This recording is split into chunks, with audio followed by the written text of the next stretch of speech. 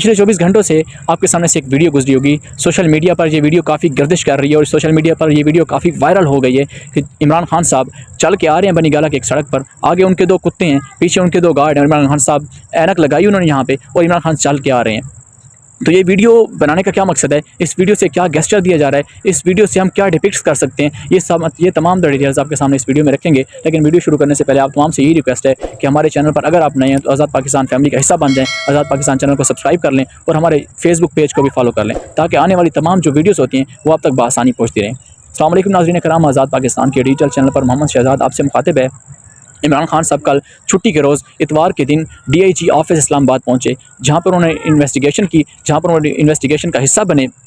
जो मुख्तलिफ मुकदमात तकरीबन 6 से 7 मुकदमात थे उसमें वो इन्वेस्टिगेशन का हिस्सा बने और जहाँ पे उसके बाद जब वहाँ से वो फारिग हुए तो वो बनी गाला चले गए, क्योंकि उन्होंने अगले रोज़ सोमवार के रोज़ आज के रोज़ उन्होंने यहाँ पे पेश होना था लाहौर हाई कोर्ट में। इसके अलावा ATC की अदालत में उन्होंने पेश होना था।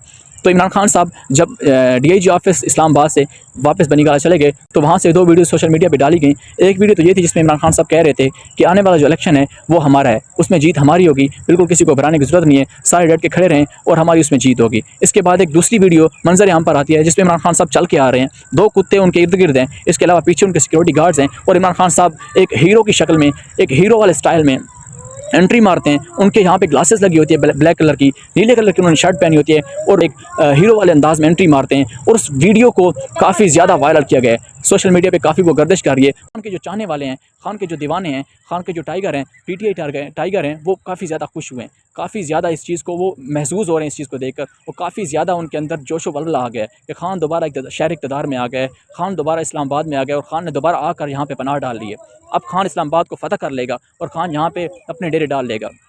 तो उस वीडियो से क्या गेस्चर दिया जा रहा है, बेसिकली ये 2 जो वीडियोज़ मंजर आम पर रही हैं, इससे खान क्या गेस्चर देना चाह रहा है, खान क्या मैसेज देना चाह रहा है अपने मुखालिफिन को। बेसिकली खान ये मैसेज देना चाह रहा है कि मैं डट के खड़ा हुआ हूँ, मेरे ऊपर 170 केस हैं, ऑलमोस्ट डबल सेंचुरी होने वाली है, लेकिन मैं फिर भी डट के खड़ा हूँ। मैं इन चीज़ों को फेस करूँगा, मैं अदालतों के सामने पेश होऊंगा, मैं अपने आप को कानून के कटहरे में खड़ा करूँगा और अपने आप को बेगुनाह साबित करके दिखाऊंगा। इसके अलावा इमरान खान साहब से पिछली पेशियों पर जज साहब ने एक सवाल किया कि खान साहब अब थक तो नहीं गए। खान साहब ने यही कहा, खान साहब के अल्फाज जो थे वो तारीखी थे और खान साहब के जो अल्फाज थे वो चौंका देने वाले थे। इमरान खान साहब ने कहा कि मेरे ऊपर 170 से ज़्यादा केस हो गए हैं, ऑलमोस्ट डबल सेंचुरी होने वाली है, लेकिन अभी तो मेरा स्टेमिना शुरू हुआ है, अभी तो मैं शुरू हुआ हूँ। तो खान साहब अभी थके नहीं हैं, खान साहब डट के खड़े हुए हैं। इसके अलावा इस वीडियो से क्या गेस्चर दिया जा रहा है, अपने मुखालिफिन को वो ये गेस्चर दे रहे हैं कि मैं डट के खड़ा हुआ हूँ, मैं आपकी इस तमाम जुल्म बर्बरिया का सामना करूँगा, मैं इन तमाम केसेस का सामना करूँगा, मैं कानून से बड़ा नहीं हूँ, कानून मुझसे बड़ा है, मैं कानून के नीचे हूँ। हमेशा वो बात करते हैं कि कानून जो होता है अमीर के लिए अलग है, पाकिस्तान में और गरीब के लिए अलग है, लेकिन मैं ऐसा कानून लेके आऊँगा, एक ऐसा दौर आएगा कि जब अमीर और गरीब कानून के नीचे होगा। तो इमरान खान साहब इस चीज़ को प्रूव कर रहे हैं और इस चीज़ को प्रूव करने के लिए वो लगे हुए हैं। वो खुद आते हैं, अदालतों में पेश होते हैं, ख्वाह छुट्टी का रोज़ हो, ख्वाह जो भी दिन हो, इमरान खान साहब आते हैं, खुद को अदालतों में पेश करते हैं। एक 75 साल का बूढ़ा आदमी है, वो नहीं थक रहा, वो डट के खड़ा हुआ है, वो लड़ रहा है। वो पूरा दिन आता है, सुबह 8 बजे 4 बजे से निकलता है लाहौर से, 8 बजे आकर अदालत में पेश होता है और रात में 8 से 10 बजे जाके वो फिर दोबारा जवान पार्क लाहौर में पहुँचता है। तो स्टेमिना नहीं टूट रहा। वो शख्स इनकी आंखों में आंखें डालकर बात करता है, वो शख्स खुद को कानून के हवाले करता है और खुद को कानून के कटहरे में खड़ा करता है और ये मैसेज देता है कि मैं कानून से बालातर नहीं हूँ, मैं कानून के नीचे हूँ। इसके अलावा पिछले दौर में आप जब देखें, जब इमरान खान साहब का दौर था, 3.5 साल का दौर था, तो उसमें जब मुखालिफिन पर केसेस बनाए गए थे, जब नवाज शरीफ पर केस बना था, नवाज शरीफ को अदालतों ने तलब किया था, तो नवाज शरीफ के कभी प्लेटलेट्स ऊपर जा रहे थे, कभी नीचे जा रहे थे, कभी वो मर रहे थे, कभी वो ये कहते थे मुझे बैरून मुल्क जाने दिया जाए, मैं इलाज करवाना चाहता हूँ। तो इस किस्म के चौंचले और इस किस्म के बहाने किए गए। इसके अलावा जब शहबाज शरीफ साहब पर केस बने, शहबाज शरीफ साहब को जब अदालतों ने तलब किया तो शहबाज शरीफ साहब की कमर में दर्द हो गया।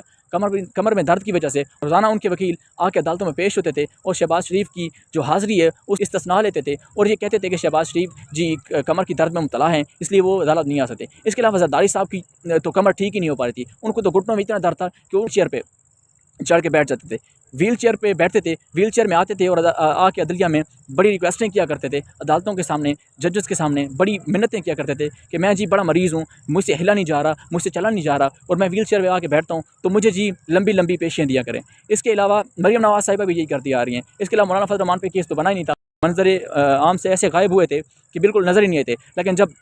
लेकिन महंगाई मुकाऊ मार्च हो, इसके अलावा अदलिया पर हमले हों, तो मौलाना फजल रहमान उनमें पेश नज़र आए।